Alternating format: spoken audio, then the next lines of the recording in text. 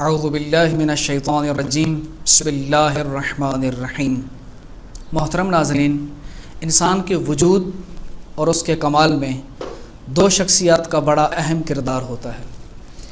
ایک شخصیت وہ ہوتی ہے کہ جس کی وسیلے سے، جس کے ذریعے سے انسان دنیا میں آتا ہے اور اس کو جسمانی باپ کہا جاتا ہے، اور دوسری وہ شخصیت کہ جس کے وسیلے سے انسان عالم مادہ سے نکل کے عالم روحانیت کے ساتھ رابطہ مضبوط کرتا ہے، اور وہی شخصیت ہوتی ہے جو انسان کی روحانی تربیت کرتی ہے۔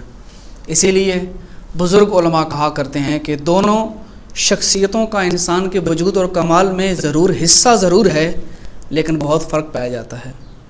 جو جسمانی باپ ہوتا ہے وہ صرف انگلی پکڑ کے چلنا سکھاتا ہے، لیکن جو روحانی باپ ہوتا ہے وہ صحیح چلنا سکھاتا ہے۔ جو انسان کا باپ ہوتا ہے وہ اس کو بولنا سکھاتا ہے، لیکن جو اس کا روحانی باپ ہوتا ہے وہ اس کو یہ سکھاتا ہے کہ کہاں پر کب کیا بولنا ہے اور کیا نہیں بولنا۔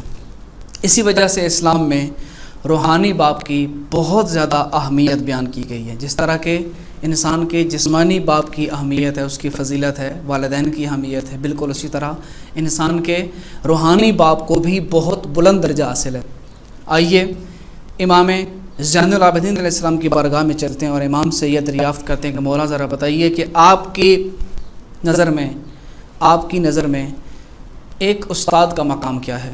تو امام زین العابدین علیہ السلام نے استاد کے 12 حقوق ہمیں بیان کیے۔ عزیزان دیکھیے گا کتنے عظیم ترین راہبر ہمیں ملے، رہنما ہمیں ملے کہ جنہوں نے اتنا عظیم پیغام ہمیں دیا۔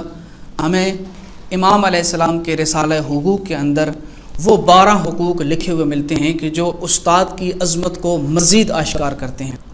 امام زین العابدین علیہ السلام نے ارشاد فرمایا، حق صائصک بالعلم، جو بندہ تمہاری علمی رہنمائی فرمائے اس کے تم پر 12 حق ہیں، اور وہ 12 حق کون سے ہیں؟ سب سے پہلا حق یہ ہے التعظیم لہ، جس سے علم حاصل کرتے ہو اس کی تعظیم کرو۔ دوسرا حق کیا ہے؟ التوقیر لمجلسہ، اس کی بارگاہ کو محترم جانو، جب تک اس کی خدمت میں بیٹھے ہو اس کی اس مجلس کو قابل احترام سمجھو۔ تیسرا حق یہ بیان کیا حسن الاستماع الیہ، جب وہ گفتگو کر رہا ہو، جب وہ تمہیں علم دے رہا ہو تو اس کی باتوں کو توجہ کے ساتھ سنو، پوری توجہ تمہاری اس کے الفاظ اور اس کی تمام پیغام کی طرف ہونی چاہیے کہ جو وہ تمہیں دینا چاہتا ہے، اور اپنی اس گفتگو کے ذریعے تمہاری رہنمائی حاصل کرنا چاہتا ہے۔ تمہاری تمام تر توجہ ان کلمات کی طرف ہونی چاہیے کہ جب وہ استاد تم سے خطاب کر رہے اور تمہیں کچھ دینا چاہتا ہے۔ یہ تیسرا حق تھا۔ چوتھا حق یہ ہے والاقبال علیہ، سبحان اللہ، کیا عظیم ترین مرتبہ بیان کیا استاد کے۔ امام فرماتے ہیں جب تم استاد کے پاس بیٹھے ہو تو اس کی طرف رخ کر کے بیٹھو، کبھی بھی اس کو پشت نہ کرو۔ کتنا عظیم ترین مقام بیان کیا۔ اور اس سے آگے بڑھ کر 5ویں نمبر پہ امام علیہ السلام نے جو حق بیان کیا وہ بہت زبردست۔ امام نے فرمایا ان لا ترفع علیہ صوتک، کوشش کرنا جب تک اس کی خدمت میں بیٹھے ہو تمہاری آواز تمہاری استاد کی آواز سے بلند نہ ہو۔ بالکل یہی حکم نبی اکرم کے بارے میں بھی اللہ نے دیا کہ تمہاری آواز نبی کی آواز سے بلند نہیں ہونی چاہیے، اور اسی اسلام نے ہمیں بتایا کہ تمہاری آواز تمہارے والدین کی آواز سے بلند نہیں ہونی چاہیے، اور یہی اسلام ہمیں بتا رہا ہے کہ جب تم استاد کے سامنے بیٹھے ہو تو تمہاری آواز تمہارے استاد کی آواز سے بھی بلند نہیں ہونی چاہیے۔ اور 6 نمبر پہ امام علیہ السلام نے جو حق بیان کیا وہ حق یہ ہے، امام فرماتے ہیں وَلَا تُجِيبَ أَحَدًا يَسْأَلُهُ عَنْ شَيْءٍ حَتَّى يَكُونَ هُوَ الَّذِي يُجِيبُ، اگر استاد کی خدمت میں بیٹھے ہو اور کوئی شخص سوال کرتا ہے تو استاد کے جواب دینے سے پہلے جواب نہ دو۔ لہٰذا یہ ایک بہترین ادب ہے۔ کبھی بھی انسان کو یہ کوشش نہیں کرنی چاہیے کہ میں استاد سے پہلے بولوں گا تو یہ استاد کے نظر میں میری عزت بڑھا دے گا، نہیں، یہ تمہاری عزت نہیں بڑھائے گا، بلکہ در حقیقت تم استاد سے پہلے جواب دے کے استاد کی توہین کر رہے ہو۔ لہٰذا یہ پوائنٹ بھی ہمیں اپنے مد نظر رکھنا چاہیے کہ کبھی بھی استاد کے جواب دینے سے پہلے گفتگو نہیں کرنی چاہیے۔ اس کے بعد اگلا حق امام نے بیان کیا وَلَا تُحَدِّثَ فِي مَجْلِسِهِ أَحَدًا، جب اس کے سامنے بیٹھے ہو، کلاس اس کے سامنے بیٹھ کے علم حاصل کر رہی ہے تو کبھی بھی جب تک وہ تمہیں علم دے رہا ہے آپس میں گفتگو نہ کرو۔ اور 8ویں نمبر پہ امام نے فرمایا وَلَا تَغْتَابَ عِنْدَهُ أَحَدًا، جب استاد کے سامنے بیٹھے ہو تو اس کے سامنے بیٹھ کر کسی کی غیبت بھی نہ کرو، کتنا بہترین ادب ہے یہ کہ امام یہ کہنا چاہتے ہیں کہ غیبت سننا بھی حرام ہے، غیبت جس طرح کرنا حرام ہے سننا بھی حرام ہے، تو استاد کا احترام کرو۔ جب باقی لوگوں کے سامنے بھی غیبت حرام ہے لیکن استاد کے سامنے بالخصوص امام کو حکم ہے کہ کسی کی غیبت نہ کرو۔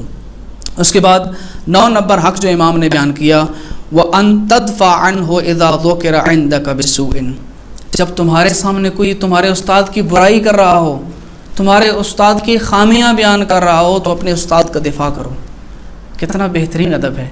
ہم سکول، کالج، یونیورسٹیوں میں پڑھنے والے اگر ان آداب کو مد نظر رکھیں تو یقین جانیں کہ ہم علم کی ان بلندیوں کو چھوئیں گے کہ جو انسان سوچ بھی نہیں سکتا۔ کتنا پیارا ادب بیان کیا امام نے کہ جب کوئی تمہارے سامنے تمہارے استاد کی برائی کر رہا ہے تو تم استاد کا دفاع کرو، تم اس کے حق میں بولو۔ اور پھر اس سے اگلے حق میں امام نے فرمایا حق نمبر 10 میں وَأَن تَسْتُرَ عُيُوبَهُ وَتُظْهِرَ مَنَاكِبَهُ، اگر تمہیں ظاہر ہے استاد ہے، معصوم نہیں ہے، خطا اس سے ہو سکتی ہے، اگر تمہیں اپنے استاد کی کوئی غلطی نظر آتی ہے، کوئی عیب تمہیں نظر آتا ہے تو تم اس کے عیبوں پہ پردہ ڈالو اور اس کی خوبیوں کا اظہار کرو لوگوں کے سامنے۔ اسی طرح ایک اور بھی حدیث ملتی ہے کہ اکرم الاستاذ ولو کان فاسقا، اپنے استاد کا احترام کرو چاہے وہ فاسق ہی کیوں نہ ہو۔ اور یہاں بھی وہی چیز بیان ہو رہی ہے کہ اگر تم نے اپنے استاد کا کوئی عیب دیکھ لیا ہے تو اگر تم اچھا شاگرد ہو اور اچھے شاگرد ہونے کی تمہارے اندر خوبیاں موجود ہیں تو ان میں سے ایک خوبی تمہارے اندر یہ بھی ہوگی کہ تم اپنے استاد کی خامیوں پر پردہ ڈالو گے اور اس کی خوبیوں کا اظہار کرو گے۔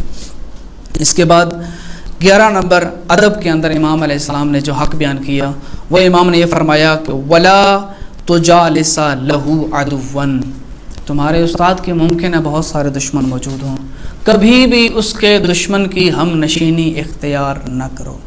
اس کے بعد 12 نمبر حق جو امام نے بیان کیا، امام فرماتے ہیں وَلَا تُعَادِيَ لَهُ وَلِيًّا، اور جو بندہ تمہارے استاد کا دوست ہو، تمہارے استاد سے محبت کرنے والا ہو، تم کبھی بھی اس سے عداوت نہ رکھنا۔ یہ وہ 12 حقوق ہیں کہ جن 12 حقوق کو اگر کوئی اسٹوڈنٹ، اگر کوئی شاگرد، اگر کوئی طالب علم صحیح معنوں میں ان پر عمل کرتے ہوئے اپنے استاد کے ان حقوق کو ادا کرتا ہے تو آئیے امام کی بارگاہ میں اس شاگرد کا انعام بھی ہم دیکھتے ہیں کہ اس شاگرد کا کیا مقام و مرتبہ ہوگا۔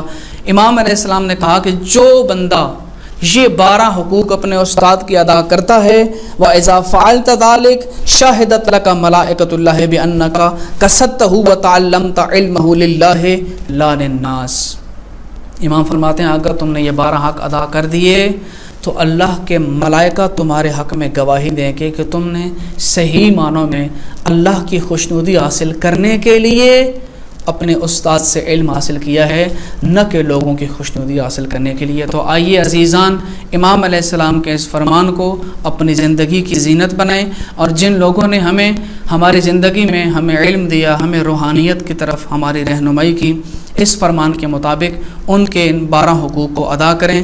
اور ان 12 حقوق کو اگر آپ مطالعہ کرنا چاہیں تو کتاب میزان الحکمت کی جلد نمبر 6 صفحہ نمبر 780 اور حدیث نمبر 13891 میں اس کو مزید تفصیل سے آپ پڑھ سکتے ہیں۔ تو میری امید ہے کہ آپ تمام لوگوں نے بڑی توجہ کے ساتھ یہ تمام حقوق سنے ہوں گے، اور میں یہ بھی امید رکھتا ہوں کہ جو اہل بیت کا پیروکار ہے، جو ان مقدس ہستیوں کو ماننے والا ہے، وہ اس معاشرے کے اندر ان کی تعلیمات کا مظہر ہے۔ تو آئیے ان تعلیمات کا مظہر بن کے دنیا والوں کو بتائیں کہ اللہ نے ہمیں کتنے خوبصورت راہبر دیے اور انہی راہبروں نے ہمیں کتنی خوبصورت تعلیمات دیں۔ السلام علیکم ورحمۃ اللہ وبرکاتہ۔